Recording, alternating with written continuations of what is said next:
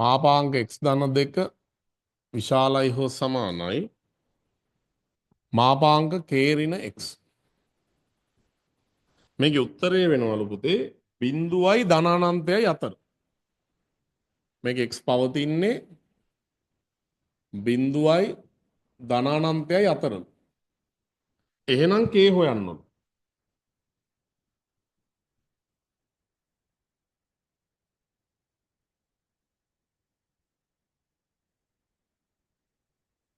එහි යගේ සර්. හරි. බලමු අපි.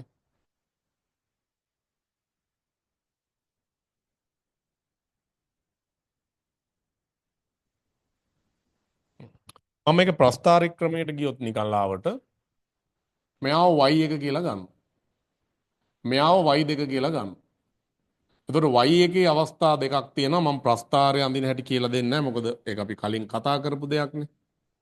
එතකොට පුතේ අපි නිකන් මේ y1 ප්‍රස්ථාරය යන්දොත් මාපාංක x ධන 2. එතකොට මාපාංක x ධන 2 ප්‍රස්ථාරය එන්නේ කොහොමද? මෙන්න මෙහෙම එකක් නේද එන්නේ.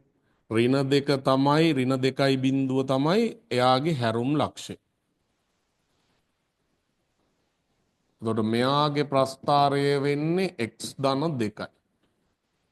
මෙයාගේ ප්‍රස්ථාරය වෙන්නේ ඍණ x ඍණ 2යි. එතකොට මෙයා කැපෙන්නේ ධන 2ේදී.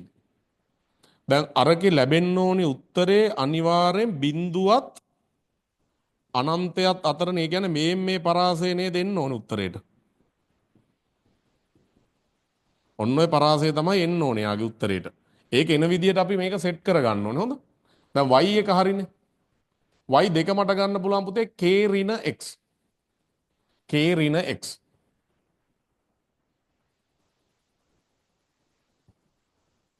එතකොට මේකෙදි වෙන්න ඕනේ y එක උඩින් යන්න ඕනේ y දෙකට වඩා.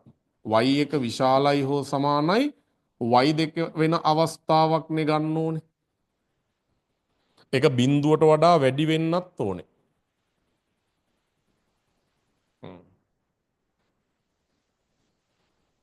y එක විශාල වෙන්න ඕනේ අනිවාර්යෙන් y දෙකට වඩා. එතකොට පුතේ නිකන් හිතන්නකෝ මම නිකන් graph එකක් අඳිනවා. දැන් මෙතනදිත් එන්නේ පුතේ x අක්ෂයට ඉහළින් මෙහෙම ප්‍රස්ථාරයක් නේද මොකක් හරි. ඔහොම එකක් නේද? එතකොට මම අවස්ථා ගණනක් ගත්තොත් එක්ක මේක මෙහෙම වෙන්න පුළුවන්. නැilla මෙහෙම සමාන්තරව යන්න පුළුවන්. එහෙම නැත්නම් මෙයා චුට්ටක් මෙහෙම ඇවිල්ලා මෙයා චුට්ටක් මෙහෙම යන්න පුළුවන්. එහෙම නැත්නම් මේක මේ විදිහට ඇවිල්ලා ආය ඔහොම යන්න පුළුවන්. දැන් අපිට ඕනි පරාසය කවුද? මේ ටිකනේ. දැන් මේ දෙන්න සමාන්තර වුණොත් කවදා හරි y එක උඩින් නේද යන්නේ. මේ හරියත් එතකොට අහු වෙනවද නැද්ද? අහු වෙනවා. මේ පැත්ත අහු වෙන්නේ නැහැ. දැන් මේ කෑල්ල අහු වෙන විදිහට යන්න ඕනේ. ඔහොම ඇන්දාම ප්‍රස්ථාර මේක එන අවස්ථාවක් තියෙනවා. ඔකට සෙට් වෙන. y එක උඩින් යන්න ඕනේ. ඒ කියන්නේ ඔය කළු ප්‍රස්ථාරේ උඩින් යන විදිහේ ආකාරයක් ගන්න ඕනේ. ඒ වගේ ආකාරයක් ඇඳෙන්නේ මොන ටයිප් එකේදීද බලමු අපි. නිකන් කල්පනා කරලා බැලුවොත් මෙතනින් එහාට උත්තරේ එන්න නම් y එක උඩින් ඉන්න නම් අනිවාර්යෙන් ප්‍රස්ථාරේ බේම් මෙහෙම නෙවෙයිද බලන්න යන්න ඕනේ.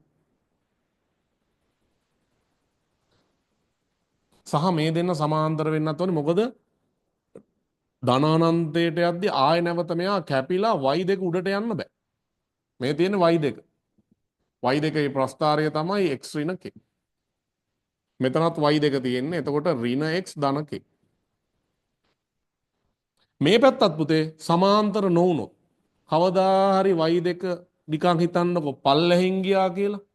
y දෙක පල්ලෙහෙන් ගියොත් මෙයා කවදා හරි y එකත් එක්ක කැපිලා y එක නැවත උඩ ඇවිල්ලා මේ හරියට පරාසයක් එනවා. එහෙම වෙන්නත් බෑ.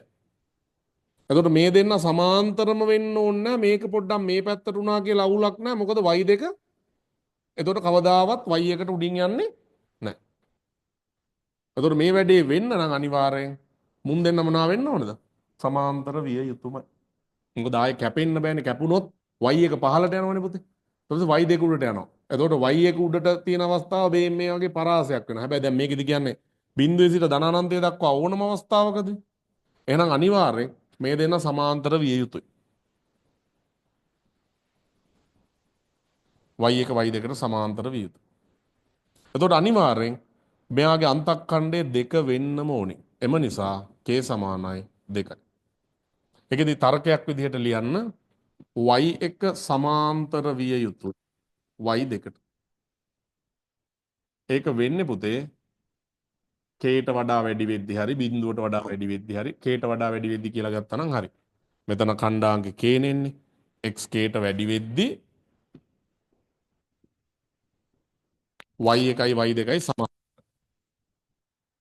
x kට අඩු වෙද්දි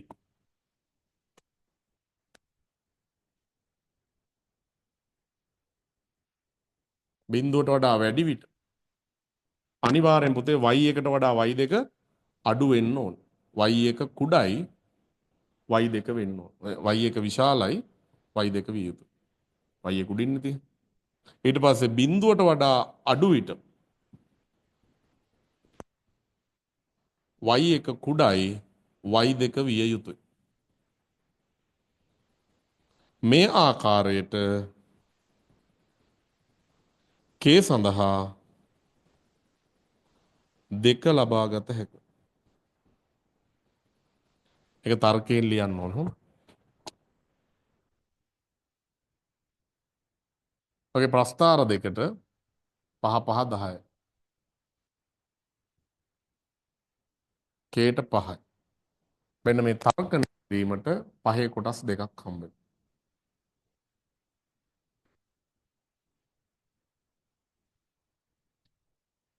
පැහැදිලිද?